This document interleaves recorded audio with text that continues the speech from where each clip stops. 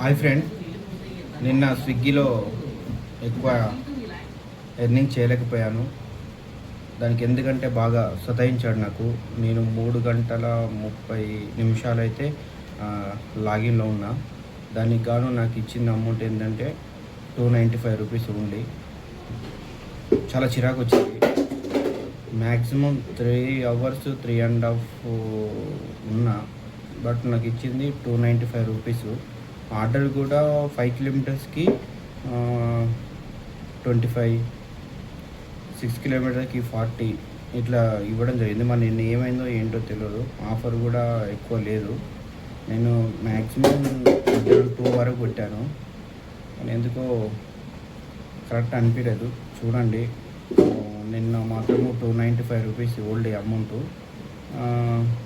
Hours ఇక్కడ కింద చూడండి, నేను 3 అవర్స్ అండ్ హాఫ్ ఉన్నాను. దానికి మనకు అమౌంట్ ఎక్కువ రాలేదు.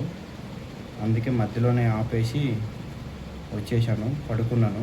మధ్యాహ్నం పోదాం అనుకున్నాను, ఈవినింగ్ 4 o'clockకి. ఇంట్రెస్ట్ రాలేదు. ఇప్పుడైతే 12 అవుతుంది. ఇప్పుడైతే లాగిన్ అవుతున్నా. ఈరోజు ఫుల్ డే చేస్తాను. మళ్ళీ నైట్ 11 o'clock వరకు, 11-12 అయితే నైటు, అప్పటి వరకు చేస్తాను. ఇప్పుడు ఎంత అవుతాయో నేను నెక్స్ట్ డే వీడియోలో చెప్తాను.